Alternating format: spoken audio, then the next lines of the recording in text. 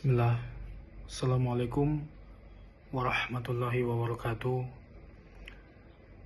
Saya mahasiswa atas nama Muhammad Teguh Mandala Putra dengan nomor induk 0508265519, Prodi Ilmu Pemerintahan, mata kuliah Manajemen Pelayanan Publik. Izin saya akan mempresentasikan solusi inovatif terhadap permasalahan pelayanan kesehatan publik, khususnya di Rumah Sakit Umum Daerah Syekh Yusuf Kabupaten Goa, Sulawesi Selatan. Berdasarkan hasil analisis yang telah saya tuangkan dalam tugas 1 dan tugas 2 pada mata kuliah Manajemen Pelayanan Publik, masalah yang ditimbulkan yang pertama, defisit tenaga dokter spesialis dan subspesialis yang kronis, sehingga pasien menunggu sangat lama bahkan harus dirujuk keluar daerah.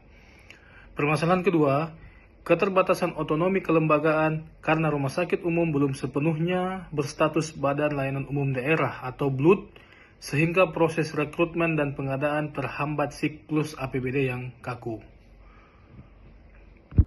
Yang ketiga, lemahnya pelayanan kesehatan primer di tingkat puskesmas yang membuat beban rumah sakit terus membengkak, karena kasus-kasus yang seharusnya ditangani di puskesmas justru langsung masuk ke rumah sakit umum daerah. Adapun solusi model rehat rujuk ada 3 pilar. Menjawab permasalahan kompleks ini, saya menawarkan model inovatif yang saya namakan rehat rujuk, singkatan dari Reformasi Terpadu Pelayanan Kesehatan Rujukan. Model ini terdiri dari 3 pilar yang bekerja secara bersamaan. Pilar yang pertama, akselerasi BLUD dan pembenahan SDM kesehatan, seperti mempercepat transformasi rumah sakit menjadi BLUD penuh agar dapat mengelola keuangan secara mandiri, merekrut dokter spesialis melalui jalur P3K, dan membangun sistem insentif yang kompetitif agar tenaga medis berkualitas tidak berpindah ke sektor swasta. Pilar kedua, digitalisasi sistem antrean dan manajemen rujukan, menerapkan aplikasi SIMAR, Sistem Informasi Manajemen Antrean dan Rujukan, yang menghubungkan puskesmas dan rumah sakit umum daerah secara real time. Pasien bisa daftar antrean digital, dokter di rumah sakit sudah menerima dan data pasien sebelum pasien tiba, dan manajemen bisa memantau layanan secara langsung. Pilar yang ketiga, penguatan pelayanan kesehatan primer, mempercepat program integrasi layanan primer di seluruh rumah puskesmas Kabupaten Goa, meningkatkan kompetensi tenaga kesehatan untuk menangani penyakit kronis seperti hipertensi dan diabetes, sehingga tidak semua kasus langsung membanjiri rumah sakit. Teori dasar teori pelayanan publik. Ketiga pilar solusi ini tidak lahir tanpa landasan akademis. Ada 4 teori utama yang menopangnya. Pertama, New Public Management dari HUT, mendorong birokrasi publik bekerja efisien dan berorientasi kinerja seperti sektor swasta. Inilah yang menjadi dasar akselerasi BLUD di pilar 1. Yang kedua, New Public Service dari Den Haag dan Den Haag, menempatkan warga bukan sebagai pelanggan, melainkan sebagai warga berdaulat yang berhak atas layanan bermartabat. Landasan pilar 2 dan pilar 3. Yang ketiga, model Servqual dari Parasuraman dan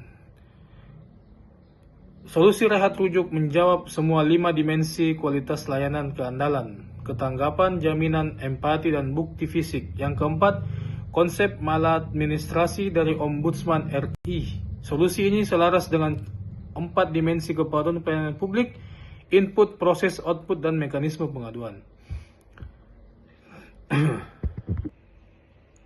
Dampak positif yang diharapkan jika model rehat rujuk diimplementasikan secara penuh dalam 12 bulan, antara lain, yang pertama, waktu tunggu pasien berkurang signifikan karena sistem antrean digital dan ketersediaan dokter spesialis yang lebih memadai. Yang kedua, beban rumah sakit berkurang karena puskesmas mampu menahan dan menangani lebih banyak kasus di tingkat primer. Yang ketiga, kepercayaan masyarakat Kabupaten Goa terhadap pelayanan kesehatan pemerintah semakin meningkat. Dan yang terpenting, khususnya warga di kawasan pedesaan dan dataran tinggi yang ada di Kabupaten Goa, mendapatkan akses layanan kesehatan yang setara dan bermartabat. Kesimpulan, Rumah Sakit Syekh Yusuf membutuhkan reformasi yang menyentuh akar permasalahan, bukan sekedar tambal sulam. Model rehat rujuk juga menawarkan solusi terpadu, dari kelembagaan, teknologi, hingga penguatan layanan primer. Semuanya bekerja dari hulu ke hilir. Dan juga keberhasilannya bergantung pada komitmen pemerintah Kabupaten Goa, dukungan Kementerian Kesehatan, dan keterlibatan aktif seluruh tenaga kesehatan serta masyarakat Kabupaten Goa. Demikian presentasi saya. Semoga solusi ini dapat memberikan kontribusi nyata bagi perbaikan pelayanan publik di daerah kita, khususnya di Kabupaten Goa dan di kabupaten lainnya yang ada di Indonesia. Terima kasih. Wassalamualaikum warahmatullahi wabarakatuh.